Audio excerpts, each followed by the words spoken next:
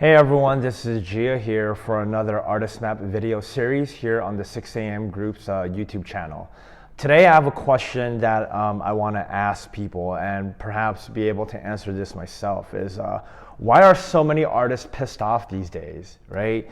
One thing that's been really bothering me a lot is seeing so many pissed off electronic music artists online, on social media, YouTube, anywhere. On any given day, you can go to any Facebook groups or comment sections of, well-known DJs, festivals, labels, collectives, etc. of people just talking shit, right? If you take a closer look at the very people who are leaving these comments and provoking these toxic emotions online, most of them are aspiring artists. I know this to be true because I usually love checking out the Instagram profiles or the social media profiles of users who are talking the most amount of shit, and just to kind of see who they are and really what gives. And I believe that there's a couple of reasons why there are so many artists that are pissed off, and here are some of the reasons, right? I believe it's because the expectations of their own artist journey and how they view this industry just didn't match up with the reality of things. And that in itself can cause confusion, like what the fuck is going on here, right? Like I thought this was supposed to be like this, but it turns out to be like that, right? Just a complete opposite understanding of expectations. And that can cause, some frustration. That creates frustration, right? And through that frustration, right, this deep frustration that they're unable to express constructively because they're just only figuring out like what's going on, right? Sometimes the truth is hard to swallow, and once you really understand how this industry is played and how the industry works, for a lot of artists it's hard to swallow that, right? And they're unable to express that in a constructive way or get consulted on by perhaps a mentor or someone that have been in the industry a little bit longer. Instead, that energy gets channeled towards negativity of bashing people on social media, bashing the game, and pointing fingers at everything and everyone else while making up their own excuses and justification of how this whole fucking industry works and why they can't reach their goals and why they'll never be able to reach their goals due to some imaginary blockage of opportunities that are shunned away from them, right? So instead of being productive as an artist and being a productive community member, they go on, I guess they bring a different sort of value, which is entertaining, right? Creating memes. I talk a lot about this in phase 2 that, entertainment is a form of value. But when you start to look at some of these memes and what they are, they are essentially funny memes, but on the back end of it or on the backhand of it, it's really just bashing the industry, right? Bashing a certain artist, bashing a certain group of people. And when I, look at the people that are posting these memes and like you start to dig deeper into it, most of them are actually artists. Not all of them, but most of them are. And, I always wonder, like, what happened there? Like, you're supposed to be making music, right? Or at least put music over that meme video, but they don't even do that. And they just go into this whole spiral, right, of creating memes and just, triggering things and creating things that everyone can laugh and bash on to make them feel better, right? There's this group called the Worst Techno Memes Ever group page on Facebook, which is TWTMGP or whatever. And that place, while there's been some funny ass memes and funny comments in there and just something that's wildly entertaining. But at the root of it though, I feel like there's a lot of really, really frustrated, artists that have given up on their own journey and are now professional memers, bashing the industry, making fun of it, right? To make themselves feel better and perhaps to make others feel better who are in that same mindset, to get that quick LOL, ha ha ha, right? So yeah, that's one.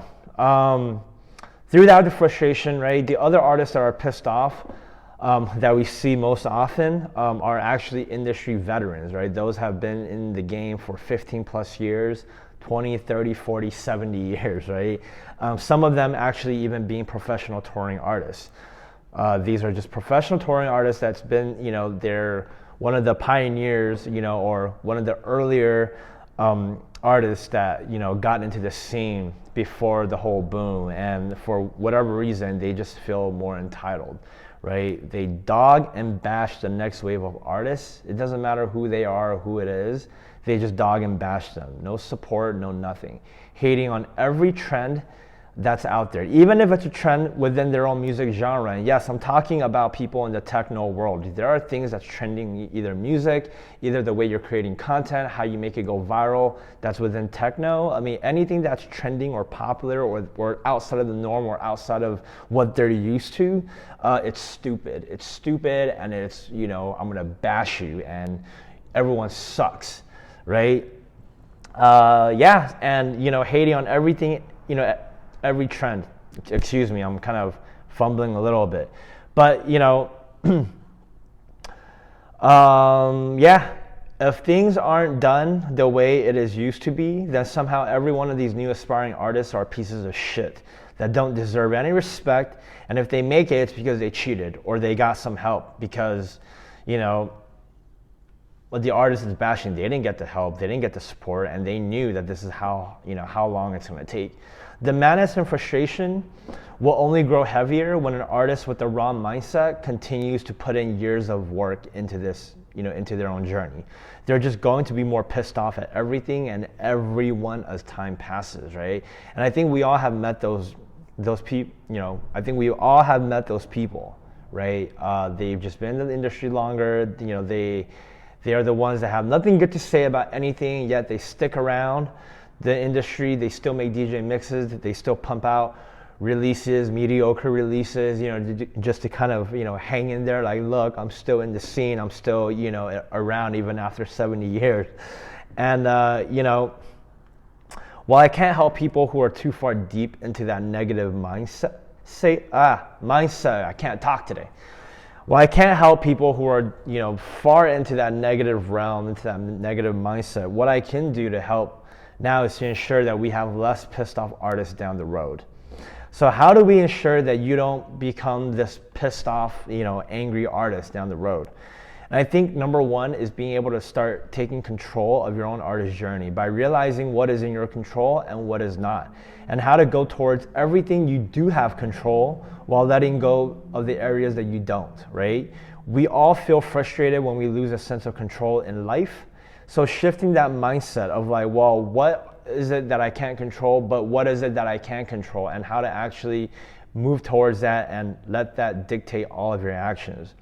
That mindset will make you realize that, you know, every finger you point out, there's 3 fingers pointing back at you, right? I'm pointing one finger out, there's 3 fingers literally pointing back at me. It's as literal as it can be.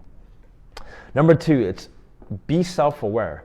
Being self-aware is crucial because you'll stop blaming everything and everyone and start looking at yourself as the source of your own growth and the source of your own, I guess, non-growth or failure, if you will, right? It always starts with you. Last but not least, learn to appreciate the process of your own journey. Stop comparing to yourself with others, especially fucking headliners that you're fans of, right? Like, we all have admirers, you know, artists that we admire. Never compare your own journey with theirs. Everyone has their own story. And stop tying your personal happiness to your accolades and achievement as an artist, right? There's no other way for you to be more upset and pissed off than feeling the need of like, I'm only gonna be happy when and if I achieve this goal. You're going to fail and be rejected many, many times as part of the process. And so being able to adopt a mindset that your daily growth is considered an achievement, you improving inch by inch every day, that is a milestone to be celebrated. And you have to love to enjoy these moments. Love the moments where it's hard and difficult instead of always wishing for the day that you finally made it, because the destination will never be the same as the journey towards that destination. And I can tell you that from personal experience and experience from other people. Once you learn to appreciate this, you'll realize who is in control of this journey. It's you. And that sense of mental control and contentment will put your mind in a calm place instead of feeling frustrated, and that frustrated turn into madness, right? Everyone getting pissed off and just writing all these frustrating, bashful comments. This artist journey, this whole thing that you're aiming for, is supposed to be hard. And it's supposed to challenge you every step of the way. We all started out loving this, right? We all started out loving this so much So let's make sure that we do things that will continuously make us stay in love with it.